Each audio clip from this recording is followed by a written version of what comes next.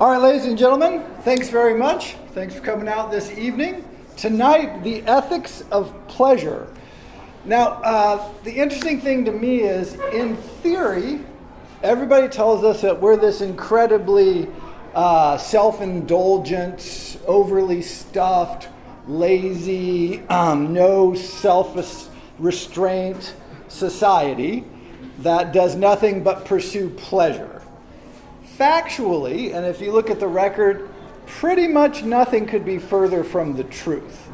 If you look at the evidence of what we could be doing with our time, and then you look at what we are doing with our time, you'll see that this is sort of a myth of a kind. So we want to explore that. And I think of this lecture as somewhere between the lecture, it's very much like the lecture on the ethics of fear, except for sort of pleasure instead of fear, but also sort of tangentially in there with joy. So you can think of them as sort of a triangle. They all overlap a little bit with each other. But to understand our culture, I think I want to start with a quote. This is from Psychology Today, which is sort of the National Enquirer of sort of psychological magazine. So it's always good. And this is a quote from a very recent article, but it says, a well-known study conducted at Stanford University in the 1960s explains a lot about why it's beneficial to delay gratification. In the study, children were placed in a room with one marshmallow on a plate. The lead researcher gave the children an easy instruction. You can eat the marshmallow now or wait 15 minutes and receive 2 marshmallows. The researchers found out that the children who were able to wait for the second marshmallow without eating the first one scored higher on standardized tests, had better health, and were less likely to have behavior problems. The way I see it, there are 2 paths we can take in any given situation. One is the path of avoiding pain in the moment, and the other is the more difficult path of delaying pleasure for a bigger purpose. Now, a couple of things wrong with this. Actually, everything is wrong with this. First, the Marshmallow Experiment, by the way, not the fault of the experimenter, the original researchers, but has been grossly misreported, has not been successfully replicated, despite many attempts to replicate it, and the way it's been presented is almost invariably wrong. In fact, I like to think of this as the TEDx or TED Talk example of research. TED Talks exist to misrepresent bad research so that millions of people understand it clearly. And this would be a perfect example of this. So what you have here is, in the original research, they did something like this, not exactly how it's being reported. But the study did not find, of course, originally that it had these better outcomes. That was sort of stuck on later as a follow-up study. The important thing is not that the study is right or wrong. It turns out that it's not wrong, right. It's pretty conclusively been shown to be misleading and not a good study. But what's important is that society picked this up. You will find thousands of sources that quote this study, and this one is very recent, again from Psychology Today, as if it is gospel. And the reason we pick this up as if it is gospel is because it appeals to our broader cultural narrative. And our broader cultural narrative is that pleasure is bad and causes bad things. Avoidance of pleasure and even the embrace of pain is good and brings good things. That is the narrative that we get over and over and over again. And if you look at this, look at the way she says this at the second paragraph. She says, the way I see it, there are 2 paths we can take in any given situation. In any given situation, there's 2 paths. A false dichotomy. We're already in trouble here. But anyway, let's say, any situation you have 2 choices. One is the path of pain, of avoiding pain. Like, what situations is she in all the time that pain is right there? Like, is she never in a situation where it's like, oh, do I want spaghetti or do I want risotto? Like, are we never in this situation? Like, which choice avoids the pain? I don't know. Like, no, apparently we're never in those situations. It's always pain or. So we can either avoid the pain and the other is the more difficult path of delaying pleasure. So the only 2 things we have is avoid pain and delay pleasure. Those are your choices. No, there's no choice there that says embrace pleasure, oddly. You would think that would at least be one of the choices. But nope, you can avoid the pain, which turns out to be bad, or you can delay your gratification for some greater end result. Now, the problem here, again, is manifold. Besides, this is just an absurd way to put out a dichotomy of choices. There's also the problem of what are you delaying your gratification for? So apparently these children in the experiment, they were going to delay their gratification so that they could do well on standardized tests. It was the SAT test, right? So, whatever you say about the SAT test, and there's a lot to say about them, I've never heard students say, wow, I'm really glad I delayed my gratification so I could take an SAT. That's it. I've heard a lot of things about them. I've never heard that. And they go, oh, no. It's so that they can do better on the SAT. Notice this. This is a comparative to a self that does not exist. You don't have the self that didn't do well and the self that did do well that you compare and then go, I'm glad I'm this other self. No, what you have is the self that did however you did, and then you set a standard for yourself. You can delay all the gratification you want, but if you do less well than you were expecting on the test, perhaps you thought I should get a perfect test and you missed one question. You could go, oh, that sucks. I'm totally upset. So you delayed all your gratification just to be really pissed off at yourself. In fact, because you delayed all that gratification, you're going to be super pissed off at yourself. Right? And really, do you want to delay gratification to do well on a standardized test? Of course not. The idea of the standardized test is that gets you into a good college where you delay some more gratification that gets you out in the world so that you can get a good job, where you work hard to delay some more gratification so you can make some money. You see this endless regress? Right? You always delay and delay and delay, and then you die. Which is apparently great, because you've been delaying for the whole time to get ready. So dying is apparently so spectacular that we should delay all of our gratification right until we drop dead. This is, of course, a silly strategy. I suggest you do not embrace it, but this is the one that's offered here. So the study itself, again, the original study was not a bad study. It was interestingly constructed, but the way it's been used, what's been glommed onto it, and the way the culture picked it up is very bad and incredibly misleading. And again, it's been invalidated. But that doesn't matter because we all know it's true because it's very popular. So, why do we believe stuff like this? Well, we believe stuff like this because, 2,000 years of Christianity bring you this central concept.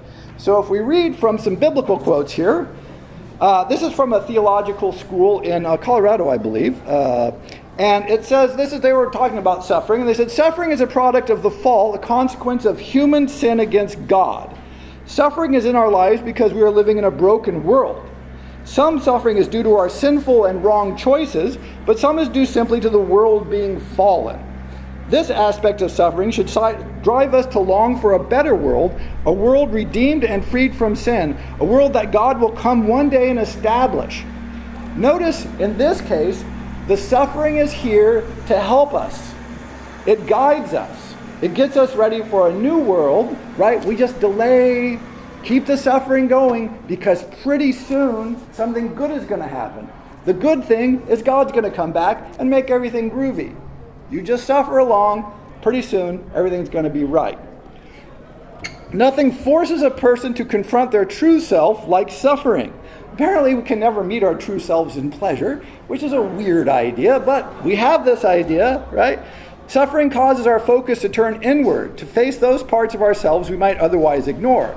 God can use suffering then to develop us into better people, the people who can love and enjoy Him forever. See?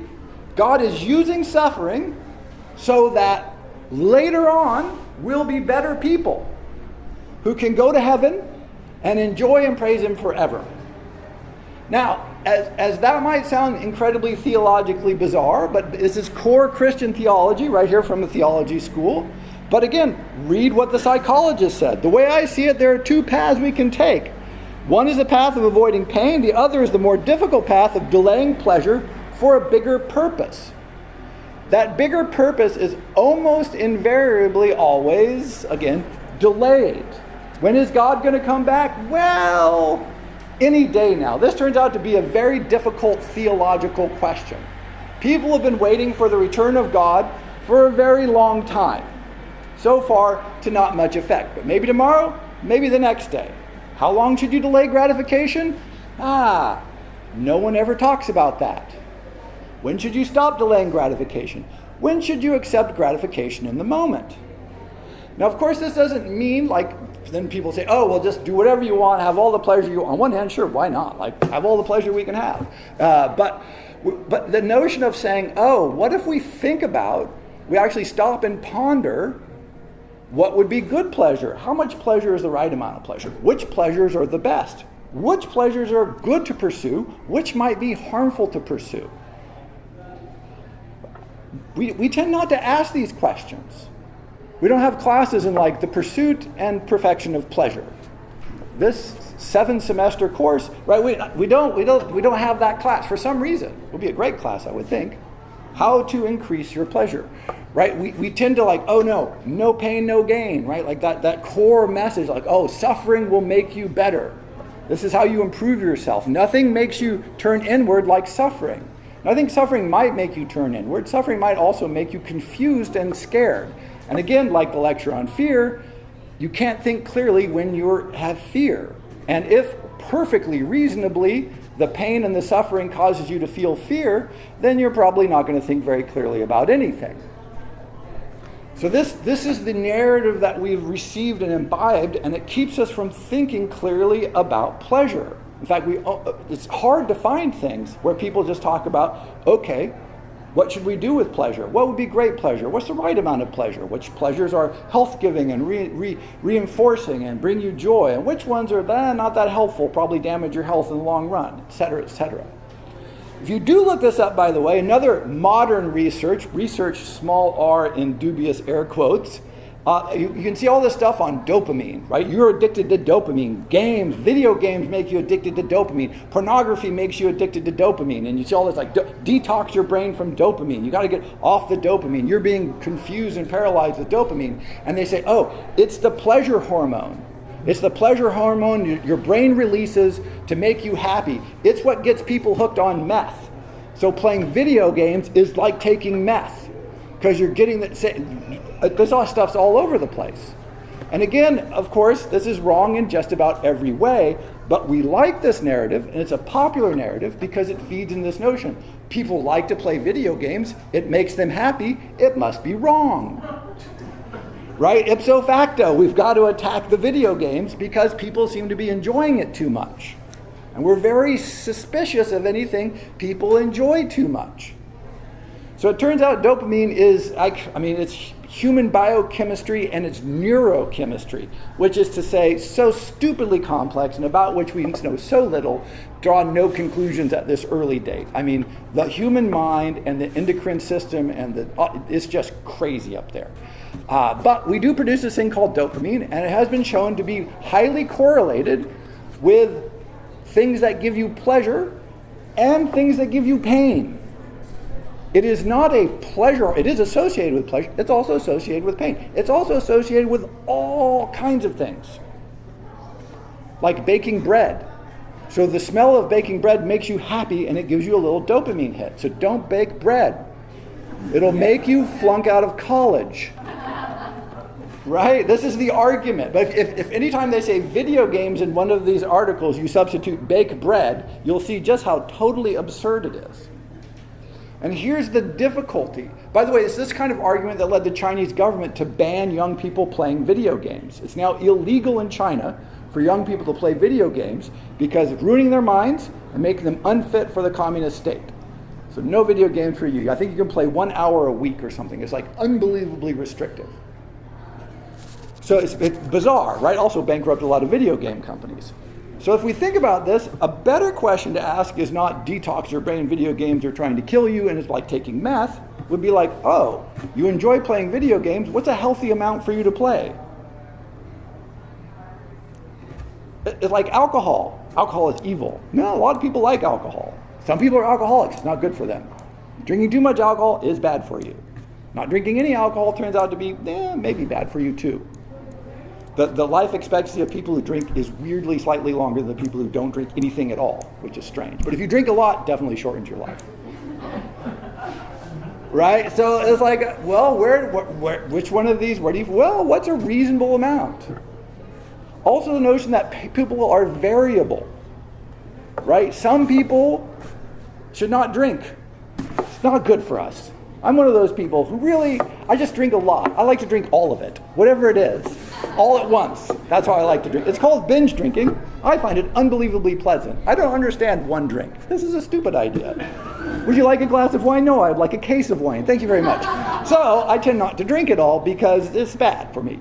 But that doesn't mean other people shouldn't drink. Other people seem to enjoy it. Other people seem to be able to drink 1 or 2 drinks. It's incredible to me that they do this. So this makes drinking evil? No, it makes people variable. And what some people find pleasant and gives their life joy and meaning is different from what other people do.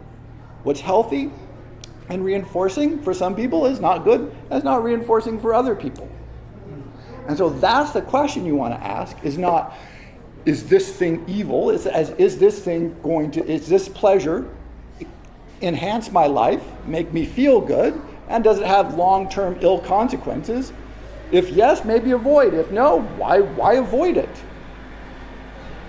The most dangerous thing you can do, by the way, health-wise, I mean, besides obvious things like free climbing or these sorts of incredibly dangerous things, but normal things, it's not drinking or smoking, it's being lonely.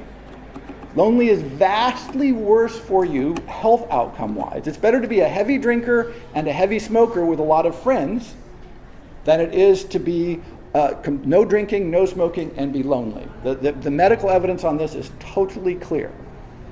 And it's probably you have no friends because you don't drink and smoke. Probably that's it. It's just that, but we don't talk about that because we go, oh, smoking and drinking, those are pleasures. We'll criticize those. But we won't go, look, you need to have friends, you need to enjoy yourself with people, you need to be out and about, you need to have that sort of human interaction that gives you joy and pleasure. Oh no, that can't be good for you. Right? We're very suspicious of that because it might be fun, right? It might give us pleasure. So with any pleasure, of course, this is always the suspicion we have. And this goes all the way back. Like I said, the dopamine is a new one, the video games is a new one, but if you go back a generation or two, they have this old notion that you shouldn't have sex before you play sports, right? Because this is pretty much for men, of course, because women can't play sports, we all know that. So if you have sex before you play sports, then it robs you of your male vitality, your male virility, and you need that to be successful, to perform successfully on the field of your sport. And so this was this idea of like, oh, you can't have that pleasure, you've got to delay that gratification because this other... Why did they think this? Well, they thought this for the same reason, right? Too much pleasure is clearly going to ruin you in some way.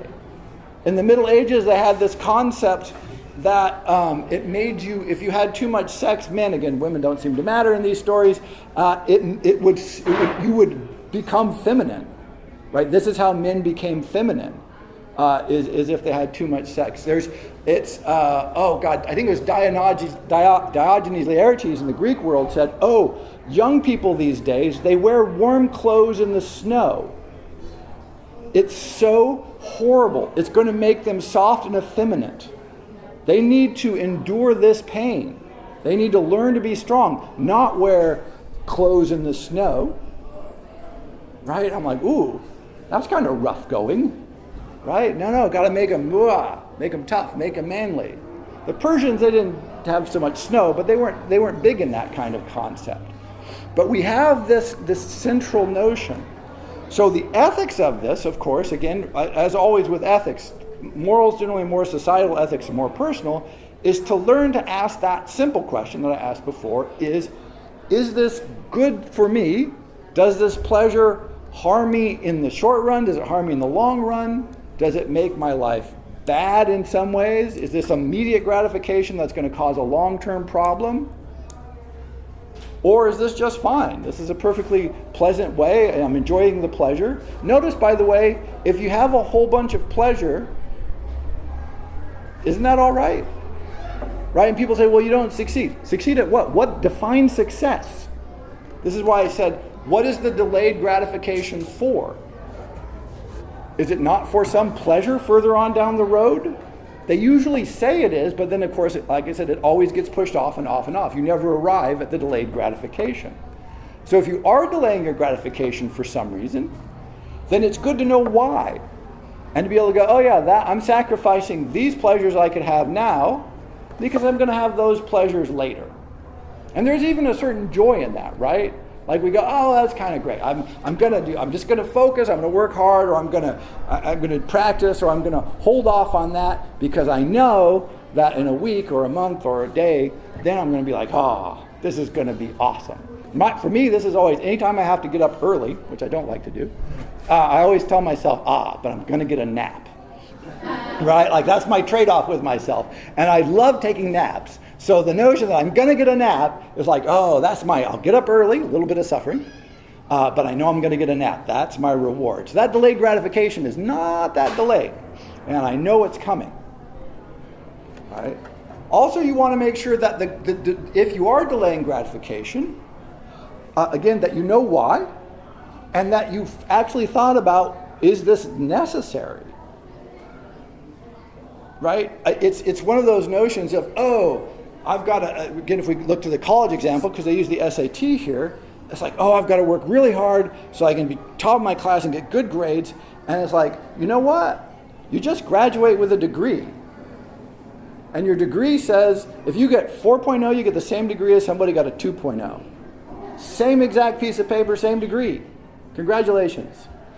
The real question to ask is like, how well do I want to do in this class? What's the trade-off between the work I need to do, what I want to do, my other classes, some fun things I'd like to do, right? Do I really need to get an A? Probably not. B, maybe. C, that's probably okay, right?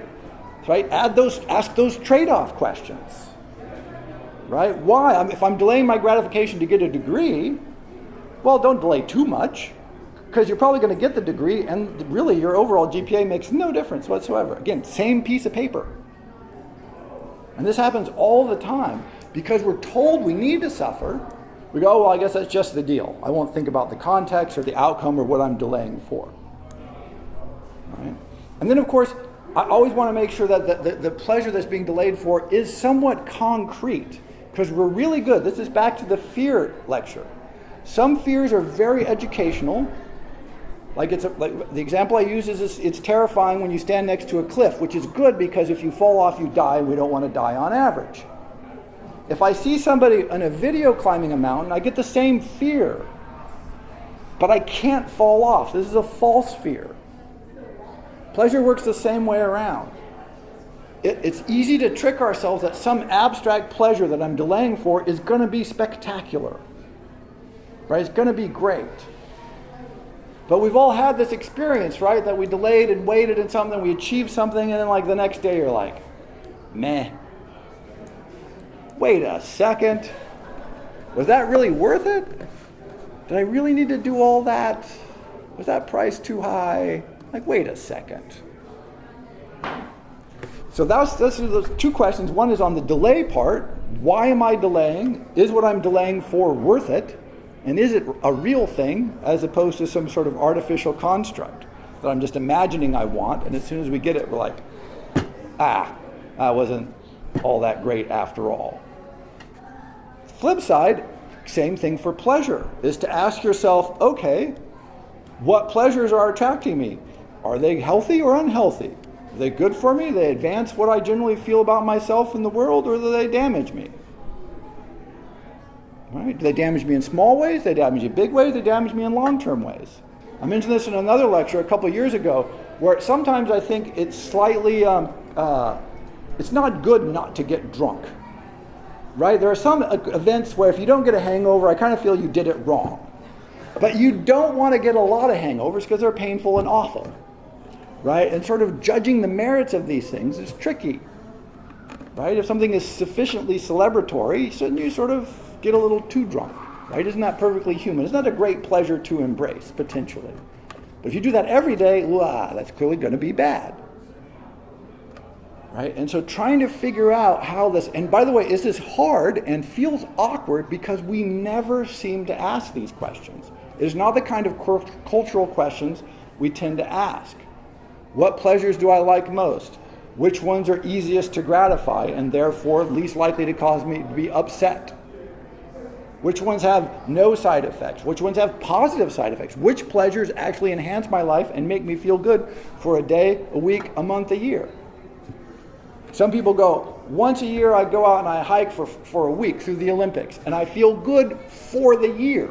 Like this is the best thing I could do to make myself feel great. This is a great pleasure. Like it doesn't seem to harm anybody.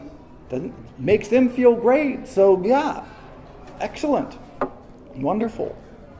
But again, even that notion of like make a list. I'm a big fan of lists. Like, what are your top pleasures? Which do you like best?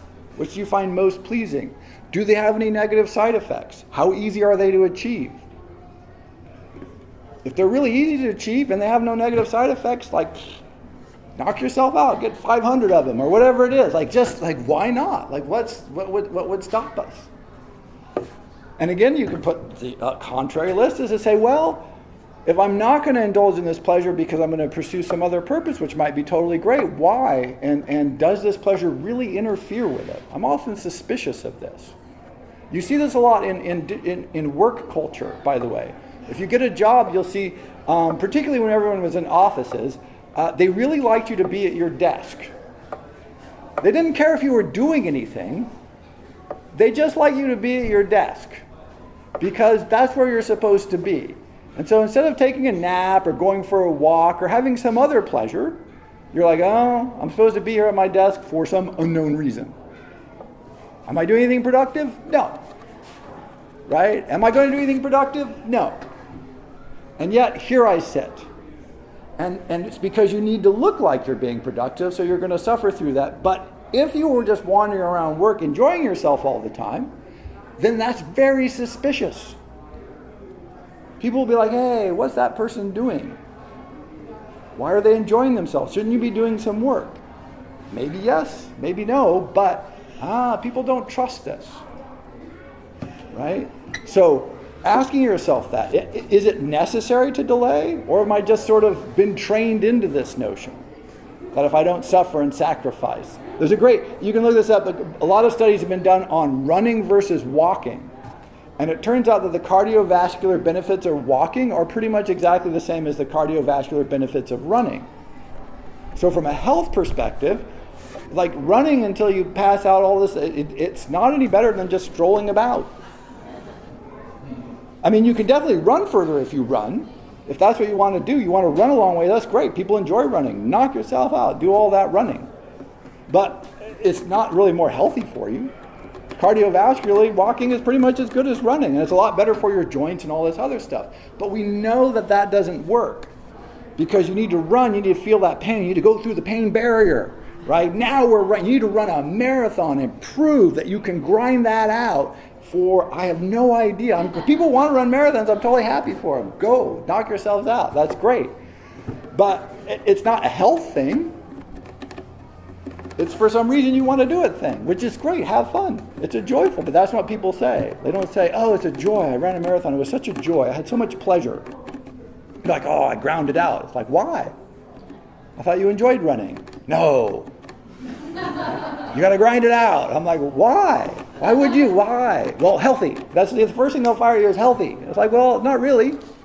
You could probably just walk around and smoke cigarettes and be just as good as running like that, right? It's truly. Like, look at the evidence. Weirdly, right? This is the thing. If you get a fair amount of exercise, walking, particularly good exercise, and lots of good kinds of exercise, you do not need to kill yourself at any moment. It's completely unnecessary.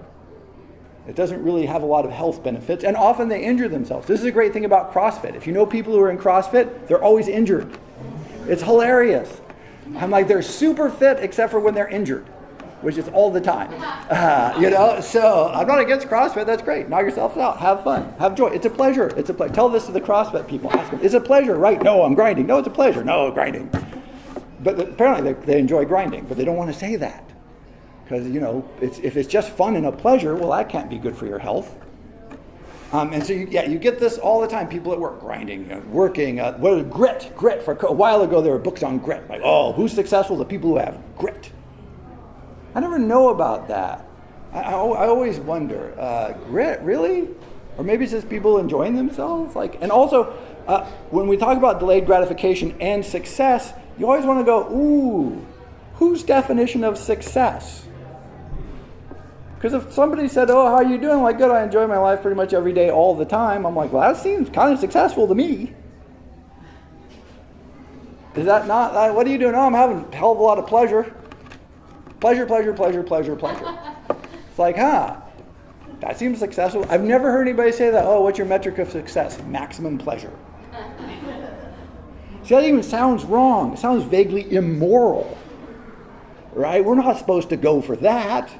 Not supposed to just be enjoying ourselves all the time. That's wrong because there's two choices.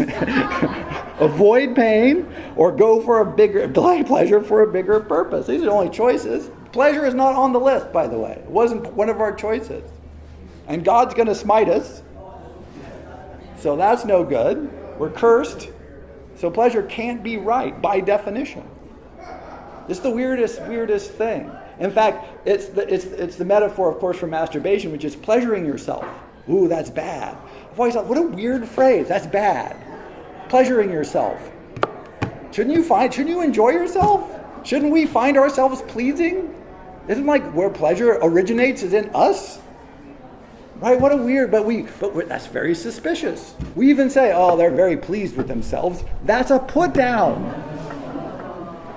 Right? Like we actually say that as that's negative. That person is enjoying themselves. That can't be right.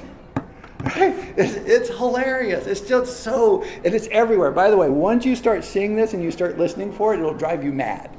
Because it is absolutely continuous. The notion of things like, I've got to get to the coffee shop. That's one of the mistakes I always make. Like, what? No, I've got to get to that's absurd. I don't have to get to the coffee shop. I want to go to the coffee shop, and I enjoy myself when I'm there immensely. People always say, oh, you're at the coffee shop. I should just always say, I'm just enjoying myself. I'm having an unbelievably pleasant time, no matter what I'm doing there. And there must have been some bad days at the coffee shop. That seems inevitable, but there's so few that it almost doesn't matter, right? So but we don't say that. Even though I know this is true, I tend not to articulate it that way. So when you ponder it from an ethical standpoint, if you flip it around, it becomes clearer, I would say. If you said to myself, well, I want to embrace pain and I want to do things that cause me pain as much as I can, everyone goes, ooh, that's wrong. You should not try and cause yourself pain as much as you can. Right? We don't see, no one actually specifically says that. But if you go, great, let's maximize our pleasure, people are like, oh wait, no. Like something, right? That sounds wrong. And by the way, don't believe me, never believe me. I always say, run these experiments. If somebody comes up and you say, hey, what do we want to do today? Hey, let's maximize our pleasure.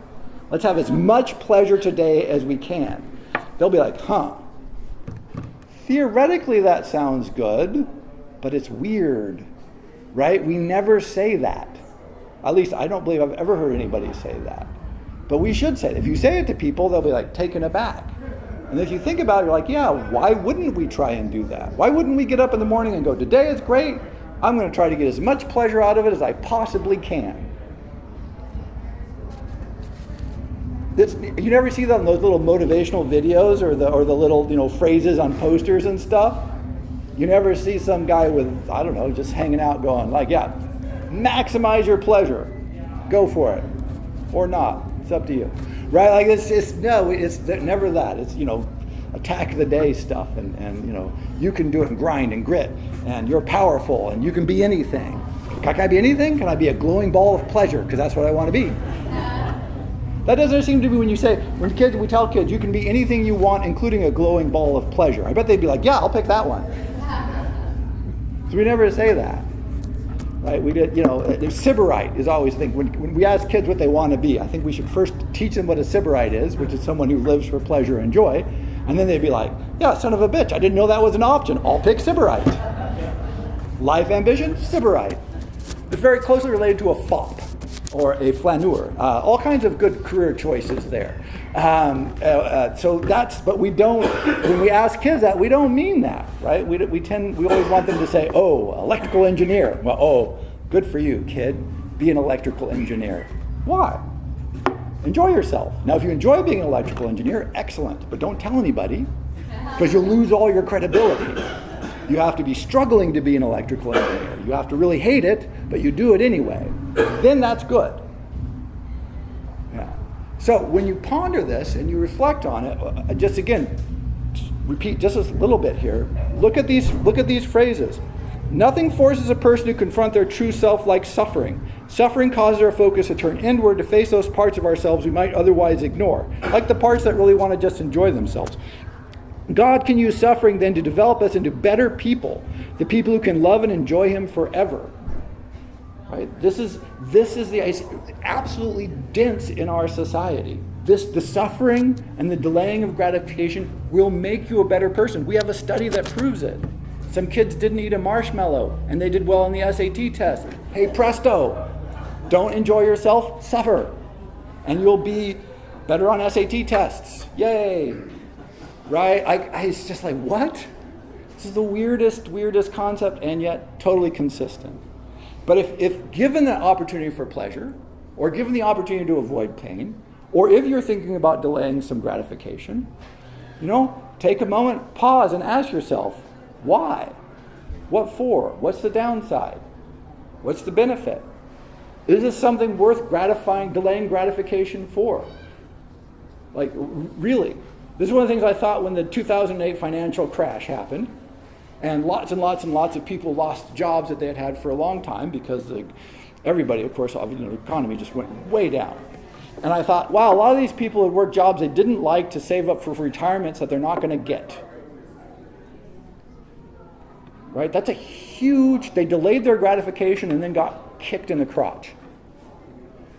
So it was a double whammy. They could have been enjoying themselves that entire time and still not had a retirement account. Right? There you go. So, it doesn't mean don't ever save for the future. It's just like, how much do you delay for how certain of a gratification? Are we really sure we're going to get that payoff? And are we really sure the payoff's going to be worth it when we get there? How sure are we? So again, we tend not to ask those questions. So I would encourage you to do, again, ask those questions, but really to write them down. In fact, I think you'll find it awkward to write down your pleasures, which should tell you how rare it is that we think about these things. If you try and list the pleasures that you really enjoy, your own private pleasures, just write them down quietly to yourself. It feels a little weird, because there is a very powerful social disinclination to speak about or vocalize or write clearly about these sorts of things, even in the privacy of our own minds. We sort of wall ourselves off. And then if you make the list, and it doesn't include anything horrible that involves killing your neighbors, then say, well, all right, why? If it does, then yeah, please don't. But if it doesn't, then ask yourself, well, why? Where's all this struggle coming from? Would this really be that bad? Would this really distract me from some of my larger goals? I mean, there are so many classic examples from histories, but of course Mozart always leaps out, of whom no one ever wrote more music in less time. Oh my gosh. And Mozart traveled almost continuously at a time when travel was brutal. I mean, he was not traveling first class. He was in carriages, which was first class for the time, but without springs over rough roads. So you got to just imagine you're bouncing along. He wrote in carriages. They estimate that maybe as much as half his music was written while riding in carriages, which is impossible to imagine, but he was Mozart. Endless success. He went to as many parties as he could possibly go to. I don't know if he ever said, no, I'm sorry, I can't go to that party. I have some work to do. I do not believe that ever occurred to him to say. I don't know if he would even know what that meant. He was a permanent goer of parties. And yet, of course, one of the most productive, one of the greatest creators of music and performers of music the world has ever known or will likely ever know. But he must have suffered somewhere. We love this idea of him suffering. He must have suffered. the record is pretty clear that he had his problems, but suffering wasn't really core to his mission. Core to his mission was enjoying himself at every possible moment. Yeah, it's weird, isn't it? We don't even like to think that. And the whole, anyway, it just goes on and on. But you can look at these historical examples, and lots of people that are quote-unquote successful by historical standards seem to enjoy themselves an awful lot. Right? They didn't seem to forego all that much that they wanted to do. But we say, oh, you got to sacrifice today for tomorrow. By the way, that even goes pre-Christian, right? This is the notion of sacrificing something to the gods so that they don't smite you. Right? So if you sacrifice today, the gods will be propitiated into the future, and maybe bad things won't happen to you. Maybe even a good thing will happen to you. But again, you always want to ask, why am I sacrificing? What for? Is it a likely outcome? Is it worth it? Is there really a downside to these pleasures that I've listed? Which ones are healthy and unhealthy? Which ones are like, meh, I probably shouldn't? Which ones are like, yeah, it's okay once a month. It's okay. My uncle, once a year, he used to use cocaine. Like, just once a year. I love that idea. Like, he's like, yeah, on his anniversary. Yeah, they get coked up every year on their anniversary. It's spectacular. It's probably not bad for you. I mean, it's probably not good for you, but it's probably not bad to you. Use it once a year. Like, why not? What the hell? Right? I mean, is this terrible? Sure, we know that's bad. We know it's bad. Why? Why is that bad? Right? That's these sorts of questions. Like, is it really that bad to do some things once a year? Once a week, once a month? Yeah, we don't ask those questions. We know things are evil, we know things are good, and we know delaying gratification is the best possible thing. Yeah. So, ethics of pleasure. Thank you very much.